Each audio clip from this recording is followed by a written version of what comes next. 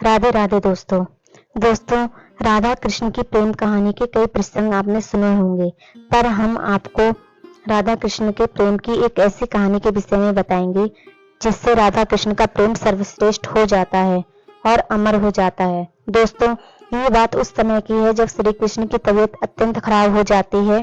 कोई भी जड़ी बूटी और दवाई उन पर असर नहीं कर रही थी। सारे वैद्य समझ ही नहीं पा रहे थे कि श्री कृष्ण को हुआ क्या है।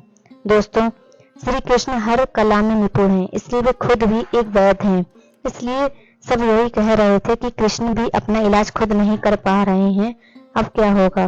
तब श्री कृष्ण ने गोपियों से कहा कि यदि मेरे माथे पर कोई अपने पैरों की धूल लगा देता है तो मैं अपने आप ठीक हो जाऊंगा। उनका मानना था कि जो भक्त मुझसे अत्यंत प्रेम करता है और मेरी चिंता करता है तो उसकी चरण धूलि से मैं स्वस्थ हो जाऊंगा। ये बात सुनकर गोपियां तो और भी ज्यादा चिंता में पड़ गईं और सोचने लगी कि हम यदि अपने पैरों की धूल कृष्ण के माथे पर लगा दें तो हमें घोर नरक भोगना पड़ेगा। गोपियां कृष्ण से अत्यंत प्रेम करती थीं।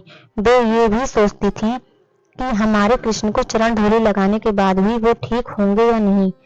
वे कुछ और उपाय सोचते हुए कृष्ण की तरफ देखने लगती हैं। गोपियां सोचती हैं कि यदि हमने अपने पैरों की धूल कृष्ण के माथे पर लगा दी तो ये तो कृष्ण का अपमान होगा और हमें भविष्य में नरक जाना पड़ेगा। तभी वहां राधा रानी आ जाती हैं। सभी गोपियां राधा रानी को सारी बात बता देती हैं।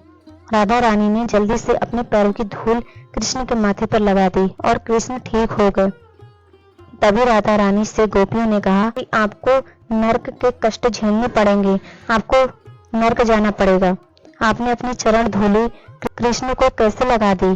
तब राधा रानी कहती हैं कि मैं अपने भगवान, अपने प्रियतम, अपने कृष्ण को कष्ट में नहीं देख सकती हूँ।